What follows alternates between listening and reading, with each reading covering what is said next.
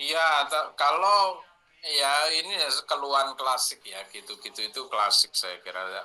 Sejak dulu ya begitu orang mengeluh kurang jam, kurang ini. Saya kira eh, strateginya mestinya bukan bukan kurang jam ya. Mau kamu tambah 4 kali yang ada juga nggak akan efektif. Nggak akan efektif kalau dia hanya ya itu tadi hanya mengajarkan bagaimana sholat gitu kan, tetapi bukan nilai-nilai. Nah, multikultural itu nilai-nilai sebetulnya, value, oke, apa nilai-nilai value, al-qiyam al-asasiyah. Jadi nilai-nilai fundamental di dalam kehidupan itu yang sesungguhnya yang harus dilipat gandakan gitu. Bagaimana sih membangun empati terhadap orang lain yang berbeda? Jadi bukan bagaimana sholat yang yang ini dan itu, yang tepat waktu, bukan itu. Ya itu ada tempatnya sendiri, sholat tepat waktu itu. Tetapi yang multikultural itu jawabannya bukan sholat tepat waktu. Bagaimana membangun empati dan simpati terhadap orang lain yang berbeda, gitu loh. Nah, membangun empati dan simpati, kemudian harmoni itu nilai, gitu kan? Nilai. Nah, untuk itu kalau kalau saya sih bukan bukan menambah jam pelajaran. Jangan-jangan saya khawatir menambah jam pelajaran tuh yang yang diajarin ya itu juga, wong kamu hanya menguasai itu juga.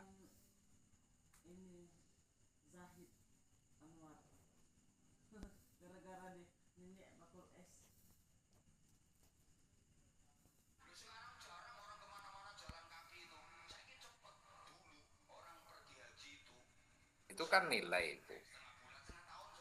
Itu nilai itu. Jangan memusuhi agama lain karena mereka juga akan memusuhi kamu. Itu kan nilai itu. Jadi nilai-nilai itu justru enggak cukup, hanya pendidikan agama Islam enggak cukup. Mestinya nilai itu masuk ke seluruh mata mapel,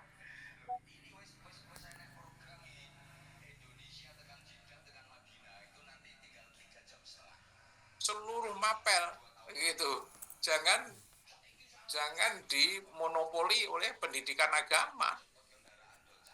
Orang fisika kimia juga harus bisa dengan materi yang ada itu dia bisa juga menjelaskan bahwa harmoni sosial, harmoni alam itu penting, pokoknya begitu. Nah itu kan nilai itu. Kalau sudah nilai, nah itu sebetulnya nilai-nilai luhur agama gitu, begitu kan. Hidup berdampingan yang tidak konflik gitu. Itu itu nilai dan itu jangan sampai pendidikan agama mengajarkan begini, tapi guru kimianya mengajarkan haram tuh. Wah, gitu. Guru matematikanya juga begitu. Haram nih, bertabrakan tuh antara pendidikan agama dan pendidikan guru agama dan guru. Belum lagi kalau guru agama sama-sama juga gitu. Iya, siku capang siku capek lah kata orang Padang itu. Kalau eh, kalau sama-sama bertemu di belanga begitu, yang inginnya adalah menyingkirkan yang tidak sama. Gitu. Ya contohnya Ahmadiyah itu dan belum lagi yang lain-lain ya, non Muslim dimanapun berada. Gitu. Jadi bagaimana ya kita bisa berkolaborasi gitu mestinya, bukan bukan berkolaborasi, sama-sama hidup di satu apa namanya di satu ruangan di suatu daerah, sama-sama minum air yang sama gitu. Ya kolaborasi aja, bahwa akidahnya beda ya biar aja beda, nggak apa-apa. Jangan mau kolaborasi kalau itu segolongan. Nah, itu sudah bukan keindonesiaan lagi itu. Bukan Pancasila lah gitu loh kira-kira. Gitu. Nah, yang kita khawatir pendidikan agama malah against Pancasila gitu kan gawat itu. Nah, gitu. Maka saya setuju pendidikan agama ditambah, tapi ditambah apanya? Nilai-nilainya yang harus dimasukkan ke seluruh mapel. Dan itu harus, makanya di situ harus kolaborasi antar berbagai mapel kan. Kalau mau merubah itu seperti itu, kalau mau menukar tadi ya, apa Anda bilang tadi, merubah cara berpikir itu tadi. Ya mestinya kita dengan guru matematika, guru-guru fisika, biologi itu termasuk sosiologi, antropologi, pendidikan agama harus berdialog dengan mereka bagaimana menitipkan nilai, gitu kan. Nilai itu yang harus ditanamkan gitu. Empati, simpati, harmoni, damai, coexistence, begitu. Jangan malah ngambil ayat-ayat yang coraknya agresif, mengambil ayat-ayat atau kutipan-kutipan ulama lama yang coraknya ya tadilah opresif begitu. Nah, gitu-gitu itu nilai itu yang harus dilipat gandakan, dan itu tidak cukup. Pendidikan agama nggak bisa, harus semua mapel, itu. Kalau enggak kewalahan gitu. Nah, itulah makanya pendidikan agama yang transformatif itu memang perlu dipikirkan terus-menerus bagaimana ya bentuknya gitu. Hilirisasi agama. Artinya pendidikan agama yang punya impact dalam kehidupan sehari-hari, bukan kehidupan akhirat saja, tapi kehidupan sehari-hari di dunia. Nah, itu penting itu Mas Zulhendri. Kalau tidak ya berbenturan, lebih banyak berbenturan saya kira. Oke? Nah, itulah kira-kira Mbak siapa? Oke. Fitri Aswati. Oke, Prof. Luar biasa. Jadi satu kata yang bisa saya tangkap dari Prof bahwa yang diperlukan adalah hilirisasi agama. Jangan PAI-nya yang ditambah jamnya, tapi mari kita berkolaborasi menanamkan value di setiap semua mata pelajaran yang ada di sekolah dasar. Baik Prof, masih banyak pertanyaan di kolom Q&A, namun apa daya waktu membatasi kita. Mungkin akan disambung di lain waktu. Kita masuk acara selanjutnya di acara promosi. Saya persilahkan kepada panitia untuk melakukan pengumuman dan promosi singkat terkait podcast Amin Abdullah dan YouTube Warga Negara. Kepada panitia, kami silahkan.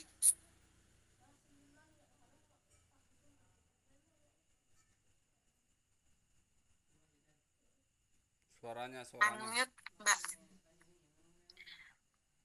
Baik, Bapak Ibu yang terhormat, setiap pertanyaan yang sangat bagus dari Bapak Ibu, baik dalam sesi training maupun sesi upgrading ini, kami dokumentasikan dan kami follow up. Narasumber kita yang sangat pakar dalam bidangnya menjawab secara khusus pertanyaan-pertanyaan dari Bapak Ibu dalam bentuk podcast. Tujuannya untuk menjadi sarana pembelajaran berkelanjutan bagi kita semua. Bapak Ibu dapat mengakses itu semua melalui perpustakaan digital dengan link berikut, library.lklb.org. Panitia akan menyertakan link di kolom chat serta WAG upgrading ini setelah acara nanti, dan Bapak Ibu dapat mengaksesnya menggunakan akun LMS yang dulu pernah diberikan kepada Bapak Ibu ketika mengikuti pelatihan 1 minggu pengenalan literasi keagamaan lintas budaya. Perpustakaan digital ini bisa Bapak Ibu akses dari manapun dan kapanpun. Tersedia dalam bentuk video-video di YouTube, namun ada juga bentuk audionya saja di podcast dengan penggunaan kuota internet yang jauh lebih hemat. Institut Laimena mendorong Bapak Ibu sekalian untuk memanfaatkan sumber belajar ini, bahkan jika Bapak Ibu memiliki masukan atau ide terkait penggunaan materi-materi digital ini, mohon untuk menghubungi tim Institut Laimena. Perpustakaan digital ini adalah dari kita, oleh kita, dan untuk kita semua. Bapak Ibu jangan lupa untuk follow podcast kita dan subscribe juga di YouTube. Dapat di searching podcast Amin Abdullah, podcast Alwi Shihab, atau warganegara.org di aplikasi Spotify. Juga dapat menonton melalui youtube.com/warganegara. Tim digital media dari Institut Laimena menantikan masukan serta ide brilian dari Bapak Ibu sekalian. Terima kasih.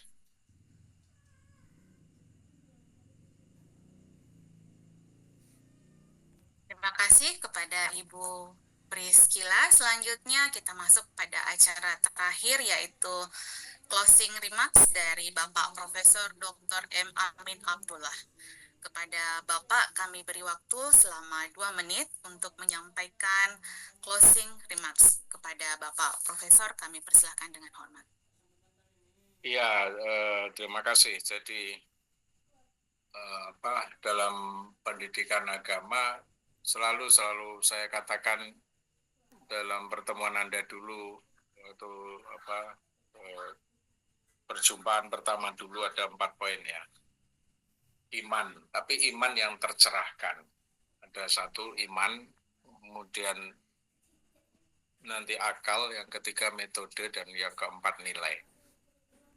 Jadi iman itu penting, tetapi iman yang tercerahkan. Iman yang inklusif, jangan iman yang eksklusif. Nah, pendidikan agama Islam terus terang biasanya mengantarkan iman yang eksklusif, bukan iman yang inklusif. Agama apapun umumnya adalah eksklusif. Nah, maka ya berat menghadapi masyarakat multikultural. Kalau nggak hati-hati ya tergelincir betul ya, menjadi ekstrim, menjadi radikal, menjadi teror begitu. Itu karena iman yang disalahpahami. Nah, supaya tidak salah paham maka gunakan rasio juga. Tidak hanya iman tapi rasio.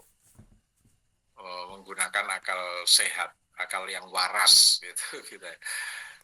Itu akal waras itu juga penting gitu. Jangan hanya iman gitu, tapi akal yang waras.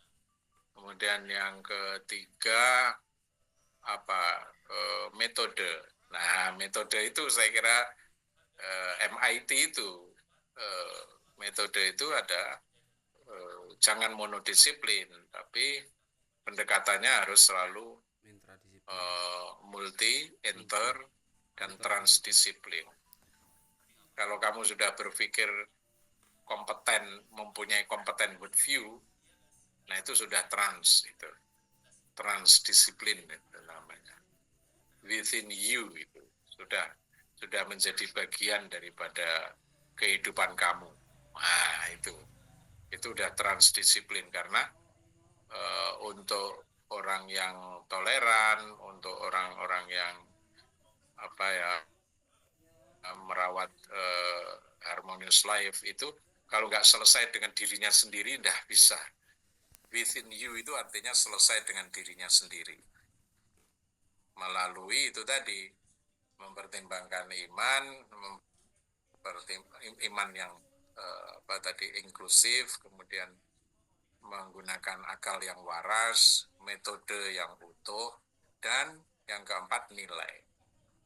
Nilai-nilai tadi, kebetulan yang terakhir tadi saya bicara nilai-nilai ya. Nilai-nilai itu, tapi itu tidak cukup hanya diantarkan oleh guru agama. Tidak usah menyesal kalau guru agama hanya 2 SKS atau apa, karena sebetulnya tugas itu adalah untuk seluruh mapel. Nilai-nilai itu seluruh mapel.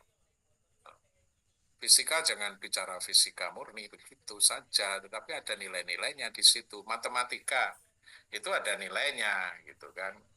Ya 2 kali 2 itu ya 4, tetapi dalam masyarakat di bawah kan 2 kali 2 bisa 6, 2 kali 2 itulah korupsi namanya. 2 kali 2 bisa 9 gitu, tergantung Anda punya jabatan apa gitu. Dan itu yang terjadi mau di kehakiman, mau di kejaksaan, mau di advokat, mau di politisi, itu yang terjadi begitu. Nah, maka kita harus kritis terhadap realitas, jangan diamini saja. Nah, 4 itu saya kira akan menggait kita mengarah ke MIT yang genuine, yang otentik ya, multi, inter, dan transdisiplin yang otentik yang bisa digunakan di dalam mata pelajaran agama, mau di SD, mau di SMP, mau di SMA sama saja, termasuk perguruan tinggi. Demikian, Mbak, terima kasih. Terima kasih Prof atas closing remarks-nya.